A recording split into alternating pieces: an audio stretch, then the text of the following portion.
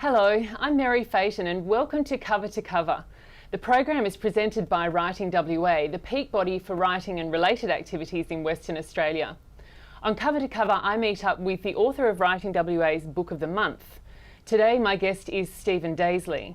Stephen's first novel, Traitor, published in 2010, won several prizes, including the prestigious Prime Minister's Award for Fiction, and was shortlisted for many other literary awards. Today, we delve into his second novel, Coming Rain. Stephen, thanks so much for being with me. Thank you, Meri. Thank you for having me. It's great to have you here. Now, Coming Rain has two stories interleaved, and they come together and they move apart from each other during the course of the book, but I don't want to start at the beginning. I want to start with the two main characters, Lou McLeod and Painter Hayes. Tell me who they are and who they are to each other. Well, Painter is an older man that has been beaten up by life. Lou is a surrogate son. They're shearers and itinerant workers, rural workers. It's set in the 1950s. And for me, Painter is a very recognisable older father type figure. But he's also, he's a racist, he's a misogynist, and he's alcoholic. However, he's also brave, and he's also someone who loves his new surrogate son, who he's helping to raise, which is Lou McLeod. Lou went into the sheds as a young man of 11, which was quite common in those days. And Painter took him under his wing, made him his first pair of shoes.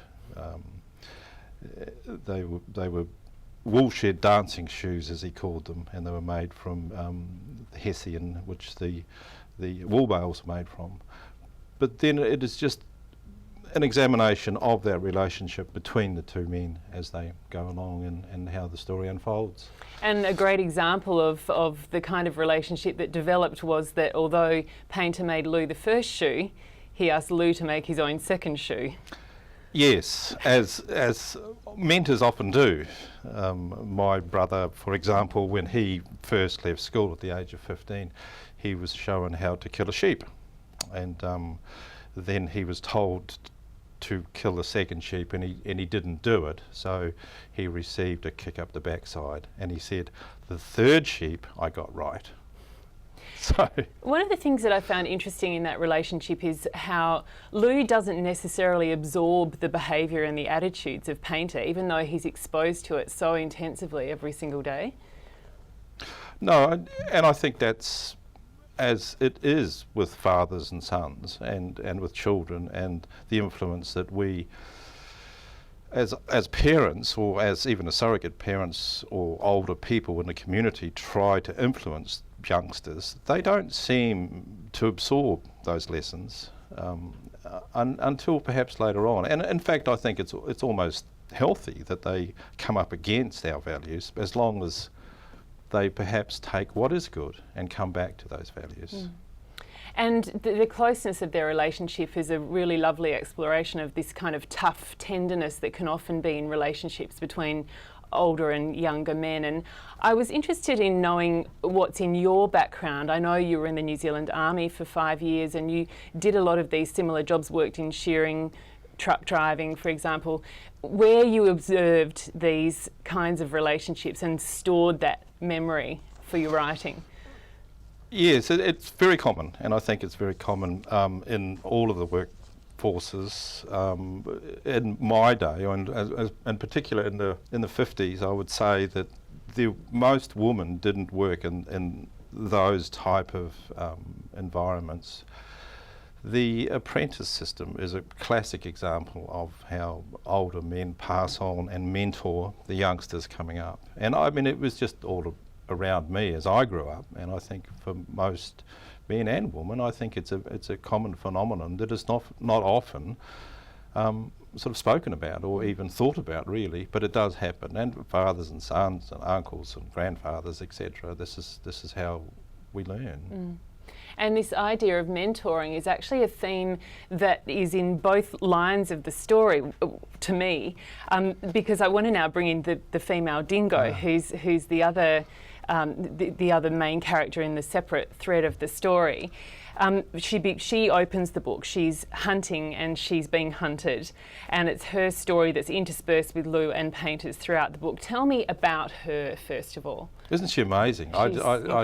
She insisted, this really strange thing, she insisted to be included in the story. Where I write at home, it's an old shed that I've lined and put a little air conditioner, and there's a bed in there, and there's a fridge, and it was almost like she was outside and wanting to be let in and let into the story. And when I began writing about her, and there are no names for the dingoes, it came really easily. And yeah, it was amazing and fascinating how her story was told. So at the point where she came and required to be a part of this book, what were you looking for? What did you feel was missing from the story? Wow, that's a really good question. I don't know. I just show up when I write, and then I allow things to unfold. A man who's just died recently, an American writer by the name of E.L. Doctorow, had a great saying, and he said that when he writes, it's like he's driving at night and he can see just that far ahead of himself, but he will get to where he's going. But sometimes you don't know. I particularly don't know. And then I just write and then let the process unfold. It's like a praxis thing. It's like when we do anything, we eventually get better at it, but we have to keep doing it over and over again, and then allow the process. I have to get out of the way of myself. If I try to invent something or deliberately put myself in there, it doesn't tend to work. So if I can sort of remove myself from the process of writing, it tends to be okay. I alluded to the concept of mentoring when it comes to the dingo as well, and that is because she comes across an injured sort of teenage male dog. And I mean, is that the way you saw that relationship? That she sort of almost begrudgingly accepted that he needed her and that they would continue on together for a while. Yeah. Do you see it as a mentoring relationship as well? It is, and it comes out of a notion of a fractured family group, out of a fractured pack, as she's lost her partner of a burgeoning pack, and he has lost. I shouldn't let the story get out of hand here, or you know. Not too many spoilers. Spoilers. That's what I'm looking for. Yeah. But he comes out of a fractured pack, and so does she. And so that, again, that sort of whole notion of learning how to be and learning how to survive in the landscape is coming from her as, you know, the matriarch. Again, I wanted her to be a matriarchal figure. But again, she insisted. She seemed to insist anyway. When I was reading the passages that are about the dingoes, I thought you must have done quite a significant amount of research into dingo behaviour. Is that what happened? I did a lot of reading, and I watched a lot of DVDs, but also I've spent quite a bit of time in the bush as well, and I've watched dingoes and their behaviour, but I've also spent a lot of time with dogs. Dingoes and dogs are very, very similar, and their behaviours are also very similar. Even working dogs, you'll find that they act almost like hunters, and a good working dog on a station is very similar to a predatory dog. And all we do as handlers of these dogs is modify that behaviour and watch it and allow the best of them to come out to work for us. I want to go back to that concept that you mentioned about the fractured family, because Lou and Painter end up at the home of John Drysdale and his daughter Clara, who has reluctantly come back to help him on the farm after the death of her mother. And I think in John Drysdale we see a man grappling with big emotions. Tell me about what your thought was in developing his character. John Drysdale is, again, that old station owner, very isolated, always battling for that sense, and especially as we age, that sense of location, that sense of worth, that sense of what we're doing here. And it's often made complete with our family, with our wife or with our husband and with our children. And that notion of who we are is also explored in that relationship. He is a station holder, and his relationship to his father is also explored in there. And Freud had a great definition of melancholy, so I won't go into Freud too much for you, but when he said our notion of who we are is a little bit like a pie chart or a pie, and if a piece of that is removed, then we are not complete. And we then suffer from depression, or in his day it was called melancholia. So Clara is a young woman who is becoming a young woman and an independent young woman, and holds on to her independence through her love of animals, especially her dogs and her horses, and her ability, her natural ability with these animals and their love for her. Although you portray Clara and the female dingo beautifully in the book, it seems that there's more bias towards portraying male characters. Is that a more comfortable place for you to be as a writer? Probably, as a male writer and writing about a woman and writing about animals, not, like writing about people that I am not, and situations that I am not, is a little bit more difficult. And I spend a lot of time with my editor on these two subjects.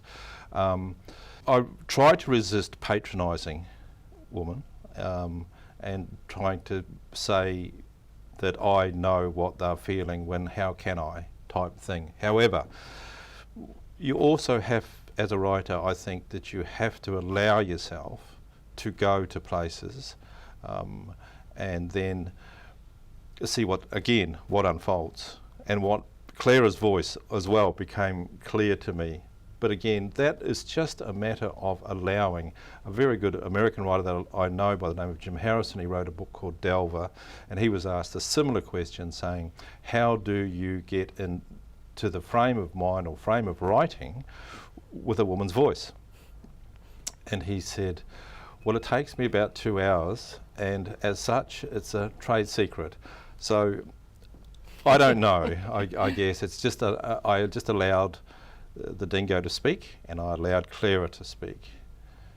And that leads me to the other question that was quite large in my mind about why there weren't any Aboriginal characters in the story. And I mean, you acknowledged it in the sense that Painter tells Lou that John Drysdale had actually got rid of the Aboriginal people from the area. But that was it the same sense of entitlement of being able to write about something you didn't understand? Yes, I mean, I think too many white fellas have told too many black fellas stories, and I think black fellas don't like white fellas telling their stories for a start. However, there is a huge acknowledgement and a huge respect by the use of Noongar words throughout the text, as I'm sure that you've also noticed. And the fact that the landscape was often emptied of Aboriginal men and women and families, and this is a part of our history that needs to be acknowledged and needs to be thought about, I believe, and that's what I tried to do. I didn't feel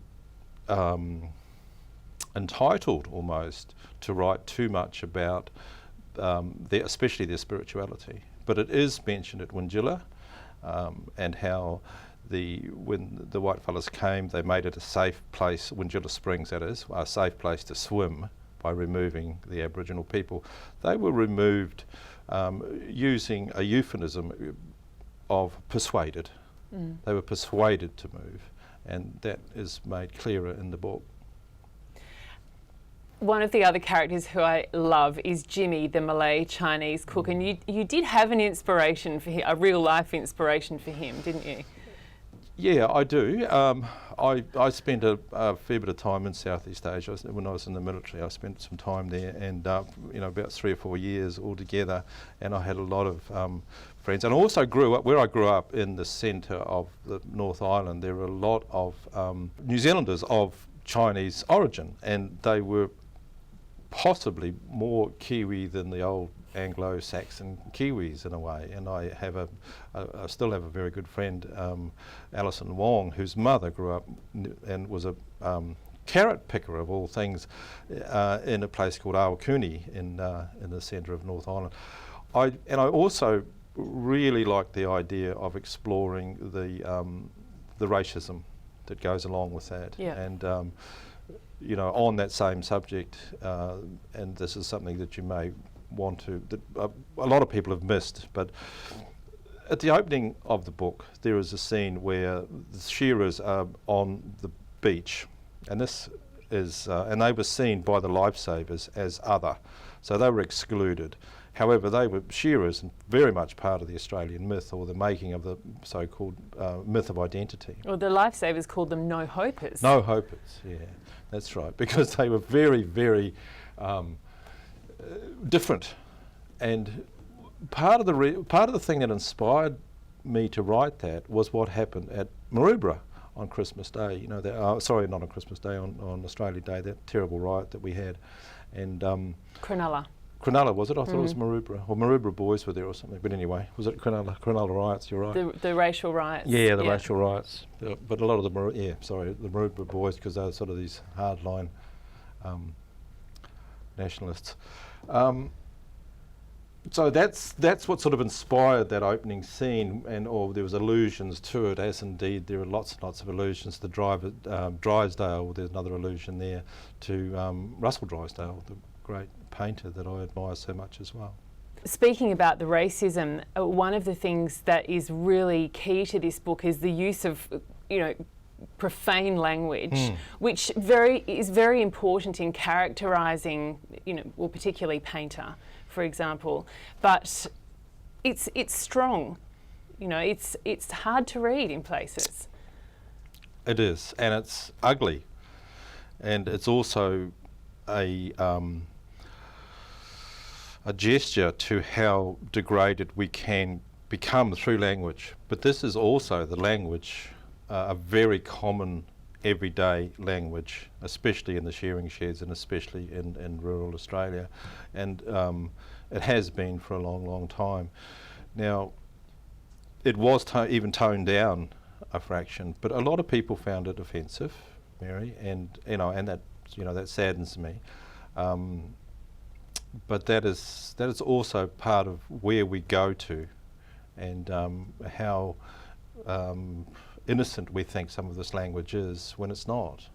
My sister, she read the book and rang me and says, "Oh, Stephen, how could you write such things?" And then she said, I went back and I read it again, and I understood why you did that, why you put that language in there. And my wife was the same, Sylvie was the same. She was appalled by the language at first, but when she finished the book and reread it, which I appeal to anyone who does read it to do, they understood what's happening. And The landscape in this book is as vivid a character as any human. And again, it made me wonder about whether you had travelled in this area, whether you knew it. You seem to know it intimately in the way you wrote about it. But you also talked to me about how this is very much a work of imagination. So where does your understanding of that landscape sit? I have travelled through the landscape of Western Australia sort of fairly extensively, and I've worked on a lot of different places, and I worked up in the Burrup Peninsula for a long time when it first began, for example.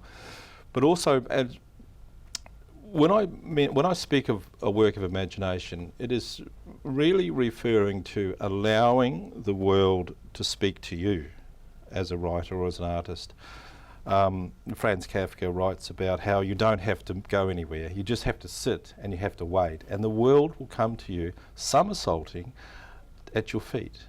And if you allow that and you get your ego out of the way, and I mean, probably the best way to think of it is if you think of a Japanese whaler and perhaps a green activist looking at the same animal and seeing two different things, and yet that animal is the same. It's the same as a tree, whatever.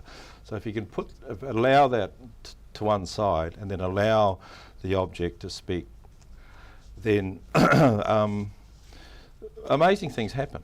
Wonderful things happen. Borges, another great writer, the South American guy, he also spoke about visible unrealities and unreal visibilities. So again, it's just allowing yourself to be in the landscape and allowing the landscape to speak.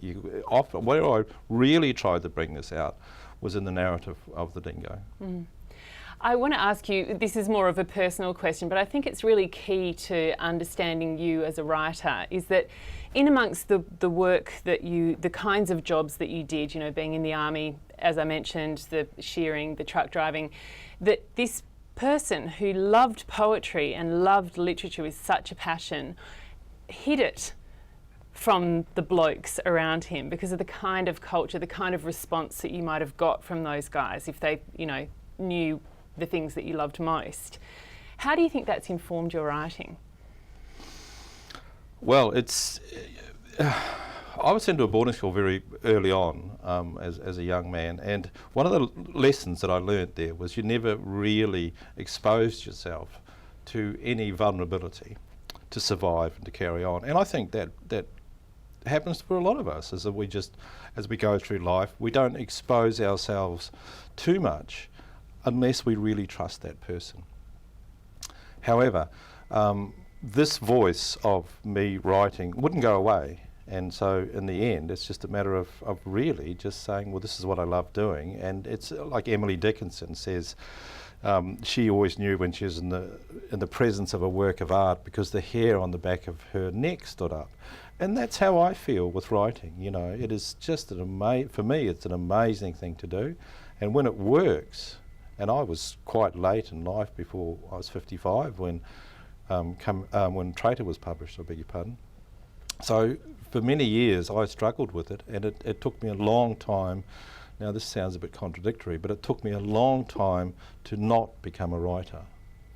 It's sort of a bit of a rip-off of other people who've said these things, but Picasso said very similar things about it took him 40 years to paint like a child, for example.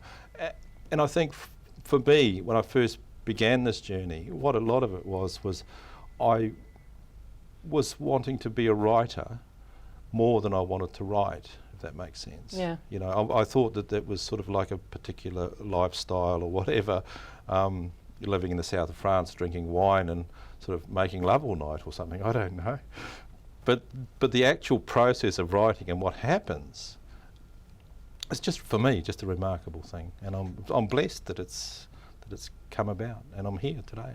So before we finish then, I must ask you, as I mentioned in the introduction, Traitor, your first novel, was nominated for many awards and won the Prime Minister's award in 2010. So when you sat in that room, when those awards were being given out, when your name was called as the winner of that prize, what did it mean to you when you'd suppressed this gift for so long? It was remarkable, you know, Meri, because I was quietly, I don't know why, but I was quietly told that it's very unlikely that Traitor would have won this. And then when my name was read out, I fell apart. I was really, really, really nervous and tearful. It was just remarkable.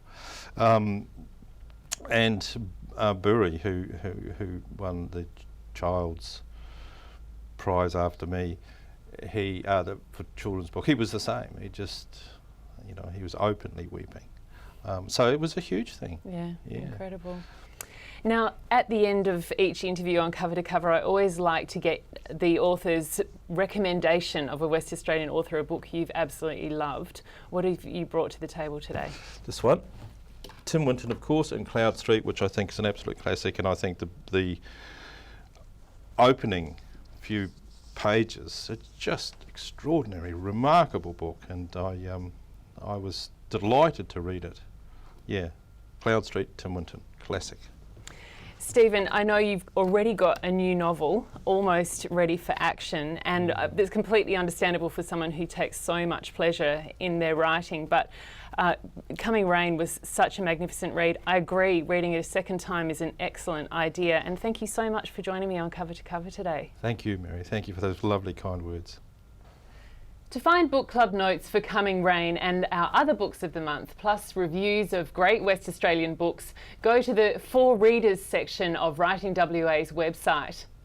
If you don't have a local bookshop where you can buy the books featured on Cover to Cover, then you can buy them via Crow Books in Perth. Place your order by phone and the books will be posted out to you. If you're an emerging writer, have a good look through our website to find resources to support you. The news section includes notices about competitions and other opportunities, and the For Writers section contains a helpful frequently asked questions guide.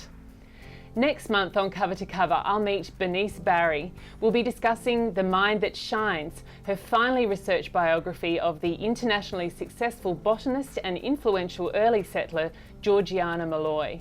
Thanks for joining me. Enjoy reading local and see you next month.